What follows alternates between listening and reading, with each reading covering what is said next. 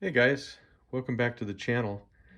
Wow, this is a great tag that Thrifty Kniffy thought up, and one that I think is very interesting, talking about knives from around the world, because we do get our knives from the international market, and there are so many that are on here. But I was going through my own collection, and I found that I had 10 knives from 10 different countries, and then I have one knife that's from a former British colony. So not its own country, but it does have a different tank stamp. So we'll kind of go through these and it'll be fun. Just a reminder that we're working on getting the shredder knife reviews to cross that 1K threshold. So definitely give them a sub. I know that most of you already are subbed, but get the word out as you can. Also, speaking about getting the word out, uh, in the description box, I have my code for 20% off at American Buffalo Knife and Tool. So take advantage of that if you can. If you already have, thank you. That's something that I was able to get for my audience, and I'm really thankful for that. And I thank them for being so generous with the audience. I don't get any kind of kickback or affiliation with that, but that's okay. I wanted to do something nice for everybody, and that works. Also, I have a link in there for Old Timer Knives. I do have an affiliate with them, but like I said, if you buy anything through them, I think the initial purchase, you get 10% off of your purchase, and then I'll get a small kickback from that. And basically, every dime that I get from that, I'm going to turn around and put it into getting a knife for the channel so we can do more giveaways. And so that'll be kind of a thank you to the audience for purchasing knives through them. I'll be getting knives for us to give away. And speaking of giveaways, remember when I get to 777 subscribers, we're about 40 some odd away from that. There will be a giveaway, and also at 888 and 999. So I plan on giving away stuff, and we're going to do multiple giveaways for both of that. We'll have multiple winners, and it's going to be pretty exciting. So definitely do that. And then one more thing for the European audience. I reached out to Heine Haynes this week and asked them if they would consider carrying American Buffalo Knife and Tool and Old Timer knives. They do carry some Old Timer knives, but I know they're not like the Heritage series or the Generational series.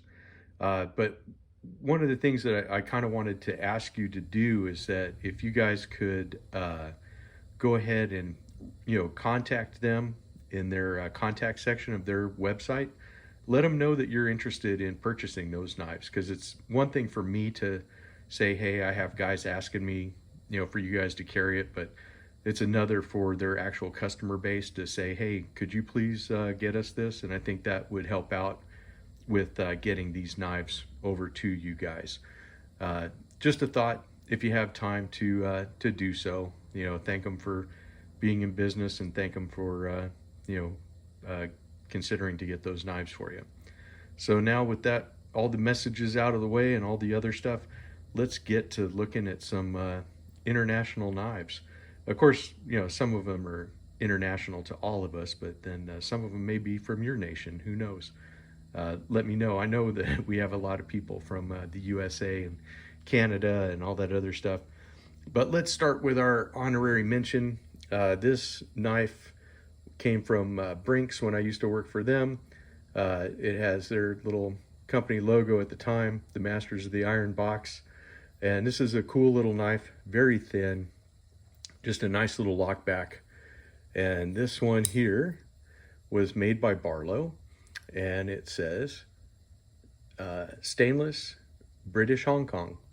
So this is our colonial knife, and one that definitely is cool, definitely a piece of history something that I think is just pretty awesome. I just think it's nice to have. Anyways, we're just going to do these, no particular order or anything, but let's see here. We'll go with France. This is a knife that I got from Stuart Harvey, and this is his squirrel knife. And this is, I don't even know how to say it in French, so I'm not even going to try. But it's like Le Curiel or something. I don't know. I'm not a linguist, so all I can tell you is that it has a beautiful patina that he put on here, a beautiful spear point blade, which is a little bit different than the traditional Duke type blade. But this has got your stainless folded over handle, nice carbon steel blade, and this thing is got quite a nice stout spring on it. Very awesome. It was a great gift. It was my first Duke type knife. So I thank you for that, Stuart. That was awesome. Next, we'll go to China. And to represent China, I grabbed my Roper knife, the Pecos. You guys know I love this guy. It's still one of my favorites. It still gets plenty of pocket time. You had to know that if it was some kind of a list where I can include it, I probably will. But no problem. But just a wonderful knife. Let's see here. Let's go to Germany with this Boker in the Grenadille wood. That's a trapper liner. I got this as a gift also from one of my Instagram followers, David, and he's in Switzerland, and he sent this all the way to the US. Beautiful stonewash blade, beautiful liner lock, just absolutely gorgeous wood. I love this wood. Really beautiful, nice, really super tight grain. Just an absolutely lovely knife. Thank you for that, David. I still use this guy. So he's there. Let's go to Switzerland. And of course, with the Swiss Army, this is the compact. So you have a really great tool set with this one. You have your main blade, and then you also have the scissors, which are the Swiss Army scissors are great. You have the multi-tool, which is the cap lifter, wire cutter, the flathead screwdriver, and a little point on it so you can use it with the Phillips, which is just fantastic. You have your corkscrew, the small screwdriver, the parcel hook, and of course you have your scale tools. And these have the ultra scales or super scales. I forget what they call it, but you get your tweezers, the ballpoint pen, and a toothpick. And I don't know why everybody insists on saying a key ring is a tool. It's not a tool. If you can't do something with it, I mean, hanging it from your keys or your belt or something, I mean, it's not a tool to me. It's like saying that a lanyard hold is a tool. It's just not the same.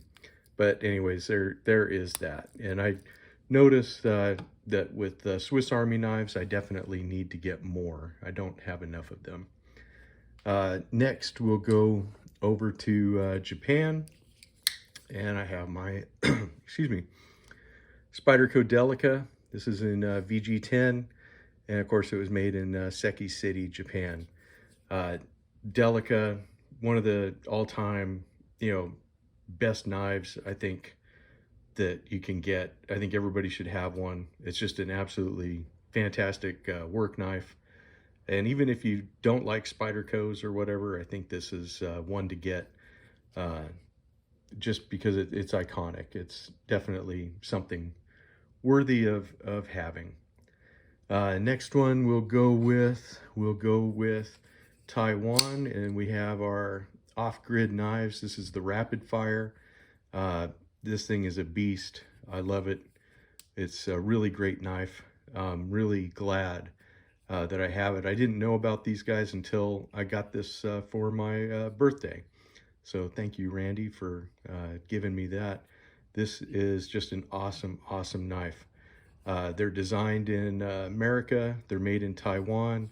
They're all made out of the Cryo D2, and that helps to increase the D2's edge capabilities as far as maintaining an edge, keeping an edge.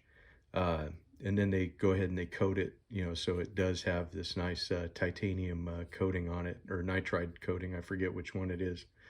But excellent knife. Definitely check out Off-Grid Knives. And if you do, if you go to the Shredder Knife Reviews, they have a code with them. So that's always nice to have. Next, we'll go over to Ireland, and I got this fish knife. I picked this up in a local antique store, and it was made at Stag, Ireland. Stag was the company. I think this was made in the same factory that made the Imperial knives and stuff, but this is definitely an oldie but a goodie. Just a really, I was able to sharpen this thing it's really sharp, and it's just a really kind of a cool knife. I was feeling kind of like knife detector, and so we went out and got that. Here's your scaler and your hook remover, and a cap lifter. It's an older knife. It's not got great fit and finish, but and it's still, it doesn't fit quite right in the channel for the scaler, but that's okay. And someone tried to put their initials in there. I don't know if it's a H or kind of a stylized thing, but somebody tried to do something with it to customize it, but then it ended up in an antique store, and I got it for a really nice cheap price. I wanted it because I didn't have a, these are not really considered toothpick knives, but it's kind of a toothpick shape. And I wanted to see what it was like to have a larger toothpick, because I have one of the mini toothpicks. So it did make me want to get one of those. So we'll go ahead and unfold this guy and put him out, but that's from Ireland. Next, we'll go to Italy, and I won this knife on SKL from Big Red EDC, and this is the MKM Isonzo. Really a great knife. It's got all these little cutouts for your finger. You can really choke up on this guy, and it's got some jimping way up here, so you can really cut with this. It's kind of a modified cleaver design, but really cool, and it's made out of M390 steel, and this is made in Italy. MKM is like a group of Italian knife designers. They all got together and started doing their own thing. So this is, just a really fun little knife. I really like it. I'm not so good at flicking it out there, but it's just because it's a little small for my hand. I find that if knife is smaller, it's a little hard to spidey flick and all that kind of good stuff. So we'll set that guy there. So that's Italy. And then we'll go to Pakistan. This is that Forsetti steel Shackleton Skinner. You remember the one I had kind of a blemish or a crack that was on top of one of the handles. And so I talked to them and they traded it out. And so I have this one. It's got this really dark horn on this side. This is marble horn, and a really beautifully grayed out one with great texture on the show side. So if you look at my Shackleton Skinner review, you'll see that the Damascus is a different pattern on this. I really love how this Damascus came out. But just an absolutely lovely knife. I love all the file work that they do on these blades. And this is a really nice knife. Again, designed in America and then made over in Pakistan. But they are really awesome.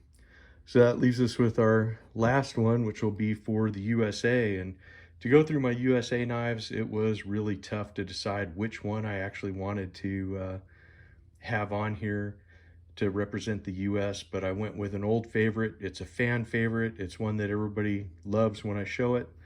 And there you go. It's the Kershaw 1050. Just awesome, awesome knife. This one was made in Oregon. Just a fantastic hunting knife, and just beautiful. You know, just beautiful. I love how the finger grooves they do fit my hand just perfect. It's got nice jimping up here, and just absolutely beautiful blade, Os 8 stainless, but nothing wrong with that. We'll see, will he fit kind of right there? Maybe I'll move this one back a little bit so we can get more of him in the picture. But there you go. There are my knives from around the world, and you know, we'll just go with this. But yeah, thank you, John. This was a fantastic tag. Really made me look at my collection, made me dig through and find where everything was made, and I hope that you guys enjoyed it too.